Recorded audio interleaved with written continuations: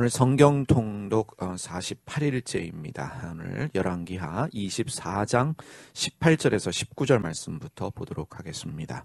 여러분이 가지신 성경 805페이지입니다.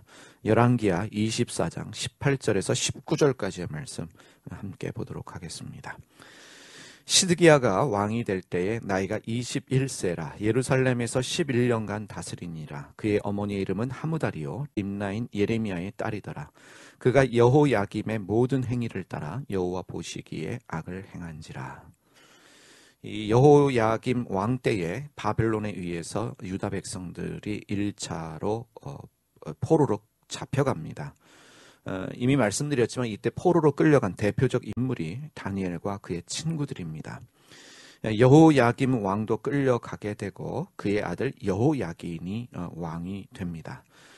근데 여호야긴 왕도 바벨론에 의해서 3개월 만에 왕의 자리에서 폐위되고 바벨론에 끌려가게 됩니다. 이때 10,000명 이상의 사람들이 끌려가는데 이것을 2차 바벨론 포로라고 일반적으로 이야기를 합니다. 이때 끌려간 대표적 인물이 에스겔입니다. 바벨론은 여호야긴 대신에 그의 숙부 시드기야를 이제 왕으로 세우게 됩니다. 시드기야는 요시야 왕의 아들이면서 여호야긴 왕의 숙부가 됩니다. 11년 동안 유다를 통치했지만 주님 보시기에 선한 왕은 아니었습니다. 예레미야의 예언과 경고에도 불구하고 거짓 선지자들의 말을 듣고 이집트를 의지하면서 바벨론에 대항하다가 결국은 남유다가 멸망하는 결정적 계기가 된 인물이 바로 시드기야 왕입니다. 남유다의 마지막 왕입니다. 바벨론에 의해서 두 눈이 뽑히고 사로잡혀 가게 됩니다. 여호야김, 여호야긴, 시드기야 이 세 사람이 이제 남유다의 마지막 세 왕이 되겠습니다. 자, 그러면 예레미야 27장 말씀으로 가보겠습니다. 예레미야 27장 1절에서 8절 여러분이 가지신 성경 통독 성경 806페이지입니다. 자, 1절부터 8절까지의 말씀을 제가 보겠습니다. 읽겠습니다. 유다의 왕 요시야의 아들 여호야김이 다스리기 시작할 때에 그 여호야김 밑에다 좀 밑줄을 일단 쳐보시길 바랍니다. 여호와의 말씀으로 예레미야에게 임하시니라. 여호와께서 이와 같이 내게 말씀하시되 너는 줄과 멍에를 만들어 내 목에 걸고 유다 왕 시드기야를 보러 예루살렘에 온 사신들의 손에도. 자, 거기에 보면 유다의 왕 시드기야가 있죠. 시드기야 밑에다 밑줄을 쳐두시기 바랍니다. 에돔의 왕과 모압의 왕과 암몬 자손의 왕과 두로의 왕과 시돈의 왕에게 보내며 그들에게 명령하여 그들의 주에게 말하게 하기를 만군의 여호와 이스라엘의 하나님께서 이와 같이 말씀하시되 너희는 너희의 주에게 이같이 전하라. 나는 내 큰 능력과 나의 쳐든 팔로 땅과 지상에 있는 사람과 짐승들을 만들고 내가 보기에 옳은 사람에게 그것을 주었노라. 이제 내가 이 모든 땅을 내 종 바벨론의 왕 느부갓네살의 손에 주고 또 들짐승들을 그에게 주어서 섬기게 하였나니 모든 나라가 그와 그의 아들과 손자를 그 땅의 기한이 이르기까지 섬기리라. 또한 많은 나라들과 큰 왕들이 그 자신을 섬기리라. 여호와의 말씀이니라.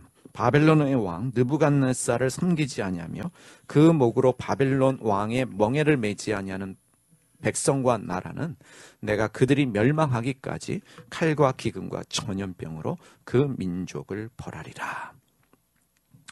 자, 1절에 보면요, 유다의 왕 요시야의 아들 여호야김이 다스리기 시작할 때라고 기록돼 있잖아요. 이 부분은 교정이 필요합니다.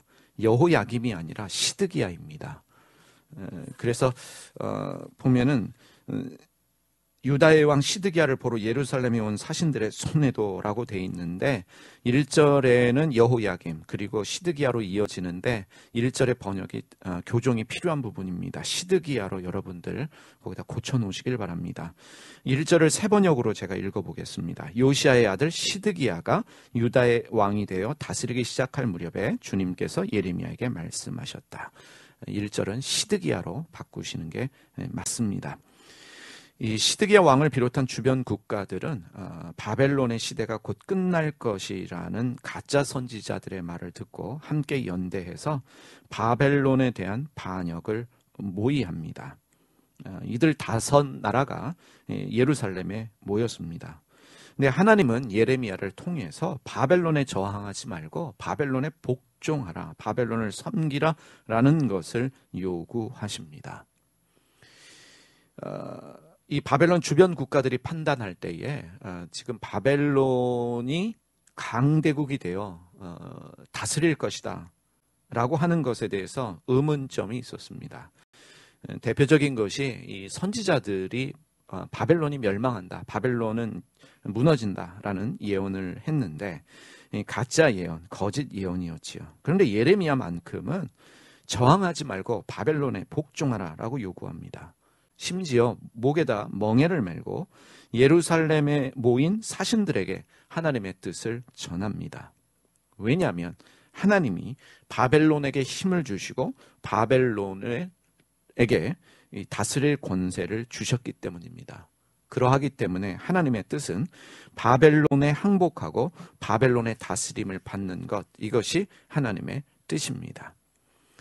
이 바벨론에 저항하지 말고 바벨론에 항복하라라는 이 말은 그 일본의 식민지 지배를 경험했던 이 한국의 사람들에게 마치 이렇게 말하는 것과 같습니다. 일본과 싸우지 말고 일본에 항복하라 라는 말로 들릴 수 있습니다. 바벨론에 저항하지 말고 바벨론에 항복하고 바벨론을 섬겨라. 일본에 저항하지 말고 싸우지 말고 일본에게 항복하고 일본을 섬기라 라는 말로 들릴 수 있다는 것입니다. 그러면 일본에 협력했던 친일파들은 정당화되고 일본과 맞서 싸운 독립군들은 불의한 자가 됩니다. 이 로마서에도 보면 위에 있는 권세들에게 굴복하라 라고 가르치고 있습니다. 로마서 13장 1절과 2절 말씀 보면 각 사람은 위에 있는 권세들에게 복종하라. 권세는 하나님으로부터 나지 않음이 없나니 모든 권세는 다 하나님께서 정하신 바라. 그러므로 권세를 거스리는 자는 하나님의 명을 거스림이니 거스르는 자들은 심판을 자취하리라. 사실 이해와 적용이 쉽지 않은 부분입니다. 지금 예레미야는 바벨론에 항복하고 바벨론에 복종하라 라고 이야기하고 있고, 그리고 시드기야 왕과 주변 국가들은 함께 연합해서 바벨론에 대항하려고 하고 있습니다. 단순히 우리가 성경을 읽으면서 이스라엘의 문제다, 유다의 문제다라고 치부하고 끝내기에는 좀 어려운 부분입니다. 왜냐하면 말씀이라는 것은 이해하고 적용해야 되는데 이것을 어떻게 적용해야 될까라고 하는 부분에 질문이 생겨날 수밖에 없습니다. 실제로 많은 독재자들이 이러한 구절들을 인용하면서 국민들에게 무조건적인 복종을 요구하기도 합니다.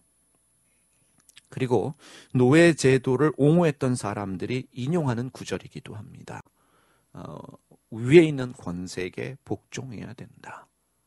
하나님께서 바벨론에게 권세를 주셨기 때문에 내 위에 어떤 권위자에게 권세를 주셨기 때문에 무조건 복종해야 된다.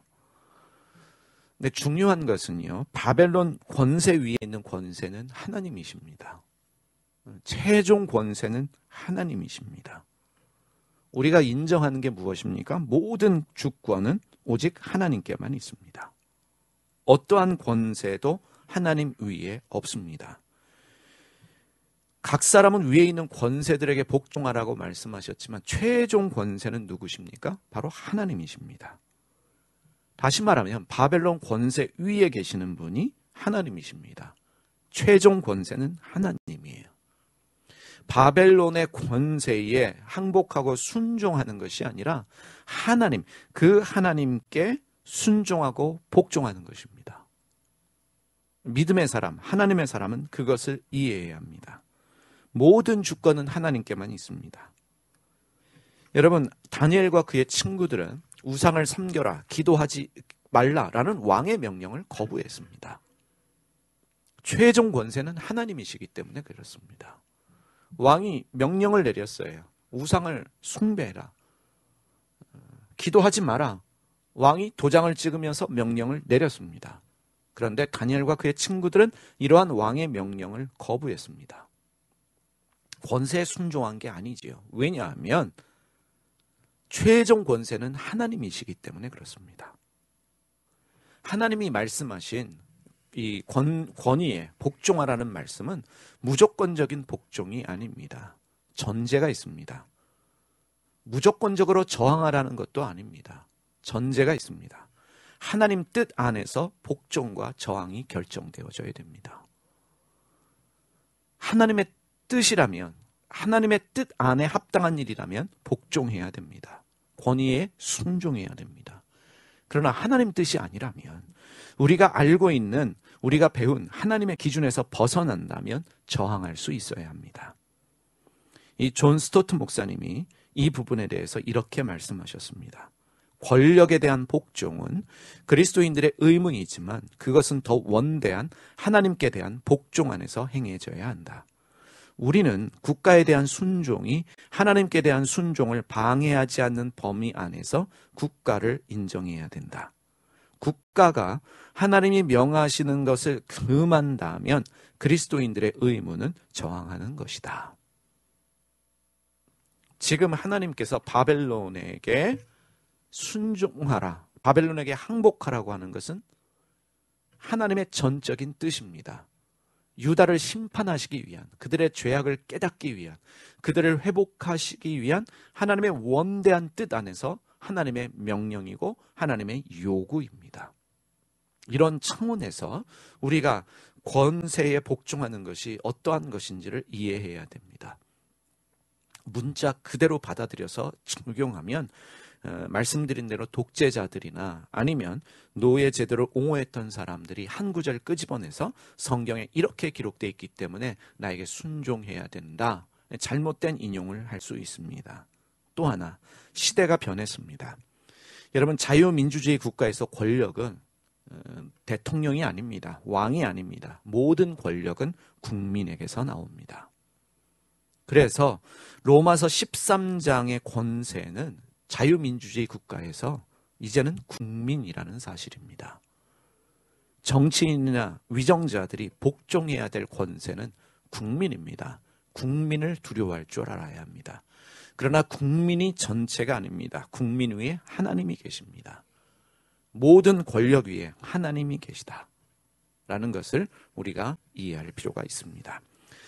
그런데 하나님은 왜 바벨론과 싸우지 말고 항복하고 복종하라라고 요구하실까? 하나님이 바벨론과 싸우지 마라, 저항하지 마라, 항복하고 그들의 다스림을 받아라 라고 요구하시는 이유가 무엇이겠습니까? 남유다는 죄로 인한 심판으로 바벨론에 의해서 망합니다. 망하는 것이 하나님의 뜻입니다. 망해야 합니다. 이것이 하나님의 뜻이기 때문에 저항은 아무 의미가 없습니다. 저항하면 오히려 더 큰 손실과 손해를 가져올 뿐입니다. 그래서 하나님은 그들에게 손실과 손해를 줄여주시기 위해서 그들에게 바벨론에 항복하실 것을 말씀하십니다. 저항의 의미가 없기 때문에, 망하는 것이 하나님의 뜻이기 때문에, 그래야만 이들이 회복될 수 있기 때문에 하나님이 항복과 복종을 요구하십니다. 더 한 차원 들어가면 이들의 손실과 손해를 줄여주시기 위해서 싸우지 말고 저항하지 말고 두 손 두 발 다 들고 항복하라는 것입니다. 예레미야 27장 12절에서 15절 말씀 보겠습니다. 예레미야 27장 12절에서 15절 말씀 제가 메시지 성경으로 읽겠습니다. 나는 유다 왕 시드기야에게 같은 메시지를 전했다. 바벨론 왕의 멍에를 메십시오. 그와 그의 백성을 섬기십시오. 부디 목숨을 부지하십시오. 굳이 칼에 맞고 맞아 죽고 굶어 죽고 병들어 죽는 길을 택할 까닭이 무엇입니까? 하나님께서는 바벨론 쪽에 붙어 있지 않는 모든 민족이 그렇게 될 것이라고 경고하십니다. 바벨론 왕에게 복종하지 말라고 전하는 예언자들의 말을 듣지 마십시오. 그들은 거짓말입니다. 거짓 설교입니다. 이에 대한 하나님의 말씀은 이렇습니다. 나는 그 예언자들을 보낸 적이 없는데도 그들은 내가 자기들을 보냈다고 주장하며 거짓 설교를 일삼는다. 너희가 그들의 말을 듣고 따른다면 나는 너희를 이 땅에서 쫓아낼 것이다. 그것이 너희와 거짓말하는 너희 예언자들의 최후가 될 것이다. 하나님의 뜻이 정해졌는데 망하는 것이 주님의 뜻인데 굳이 칼에 맞아 죽고 굶어 죽고 병들어 죽는 길을 택할 까닭이 무엇이냐? 이것이 하나님의 마음입니다. 다시 말하면 죄로 인해서 남유다를 심판하시지만 그들을 최대한 덜 아프게 하시면서 돌보시는 하나님의 마음.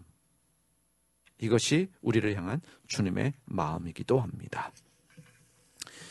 자, 예레미야 29장 말씀으로 하겠습니다. 여러분 가지신 성경 808페이지, 통독 성경 808페이지로 가시면 예레미야 29장 4절에서 14절 말씀 제가 읽겠습니다.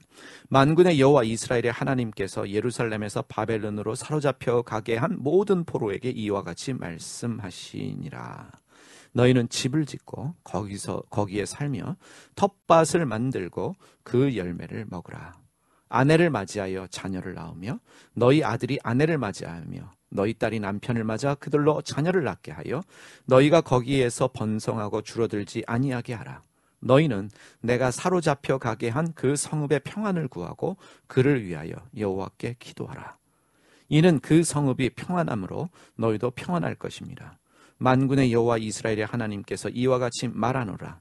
너희 중에 선지자들에게와 점쟁이에게 미혹되지 말며 너희가 꾼 꿈도 고지 듣고 믿지 말라. 내가 그들을 보내지 아니하였어도 그들이 내 이름으로 거짓을 예언함이라. 여호와의 말씀이니라.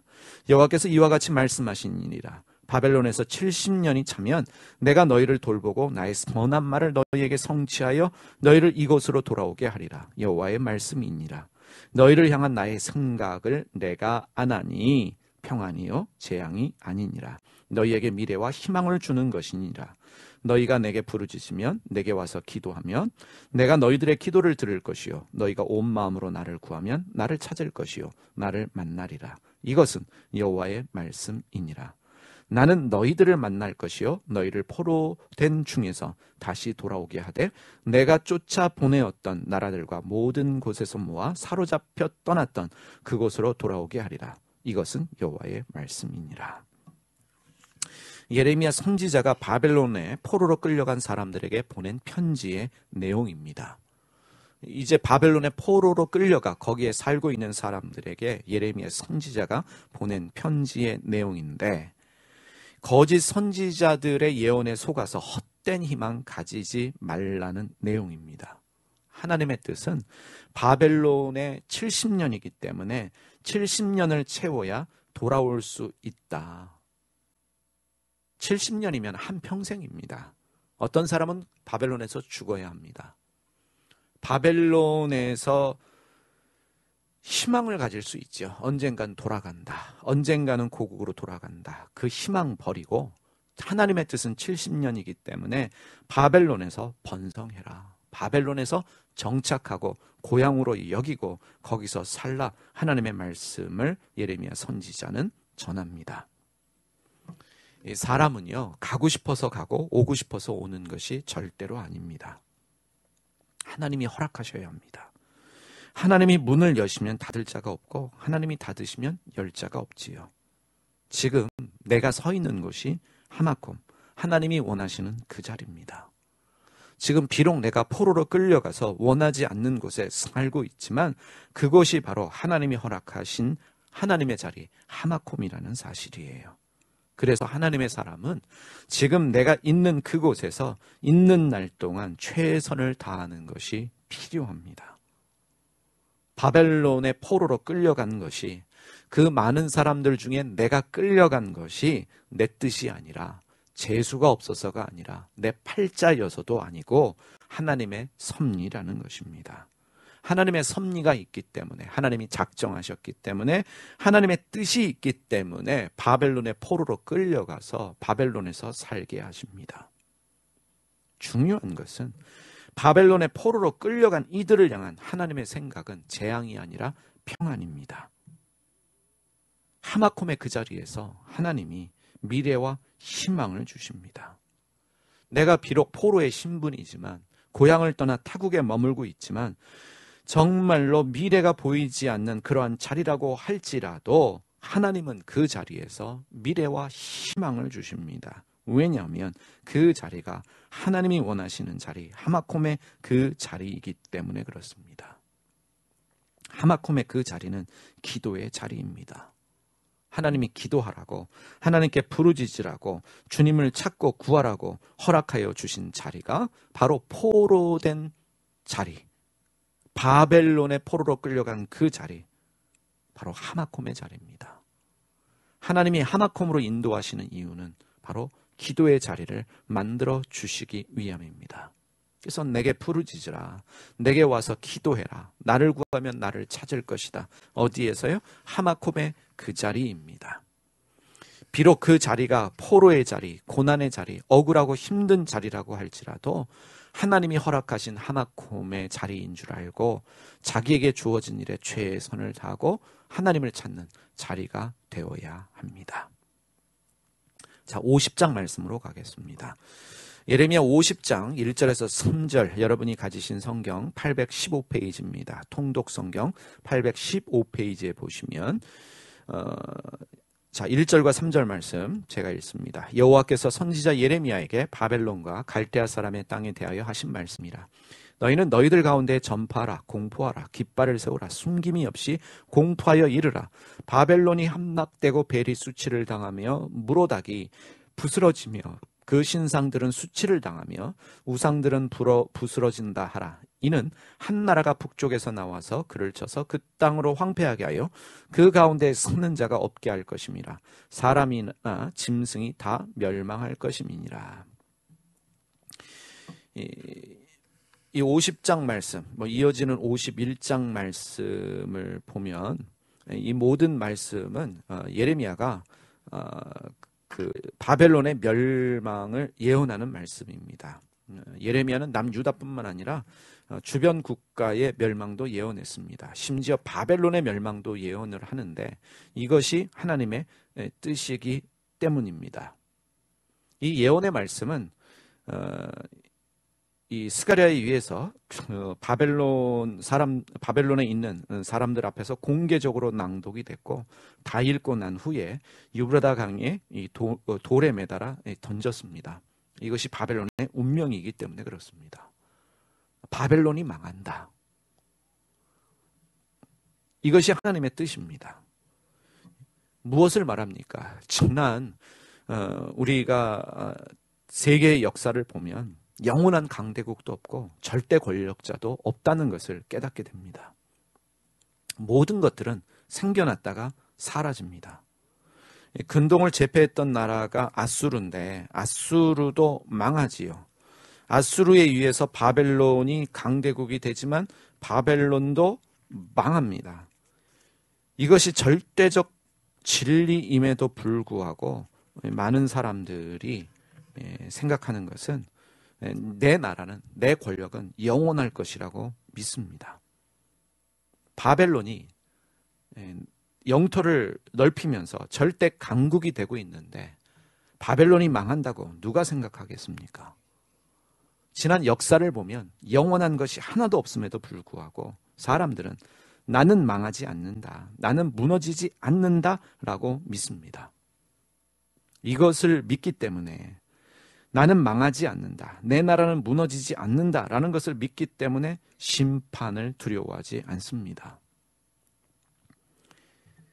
내 나라가 영원할 것이라는 것을 믿기 때문에 심판을 믿지 않기 때문에 탐심을 부리고 탐욕을 부리고 더 많은 것을 가지려고 욕심을 부립니다. 바벨론도 망한다. 결국 망했습니다. 그리고 이어진 나라가 페르시아인데 페르시아도 망했습니다. 해가 지지 않는 나라가 대영 제국이었습니다. 해가 져버렸습니다. 이것이 진리입니다.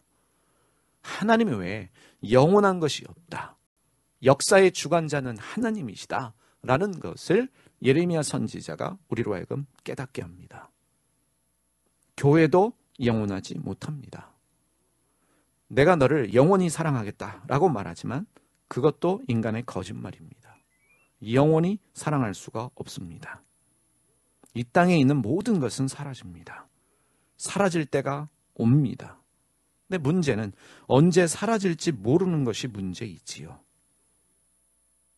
우리는 언젠가는 사라질 존재이고 이 나라도 사라질 것이고 세상의 모든 것도 사라질 때가 옵니다. 그래서 우리는 영원한 것을 추구하며 살아야 합니다. 그 영원한 것이 무엇입니까? 하나님의 나라입니다. 하나님 나라를 믿기 때문에 영원한 하나님 나라에 대한 소망이 있기 때문에 오늘 우리가 힘들고 어려워도 하나님 뜻대로 살아갈 수 있는 것입니다. 오늘도 여러분들이 예레미야서를 읽는 가운데 우리를 향하신 하나님의 그 깊은 사랑을 깨달으시면서 영원한 하나님 나라에 대한 소망을 가지시는 그러한 날 되시기를 주님의 이름으로 축원드립니다.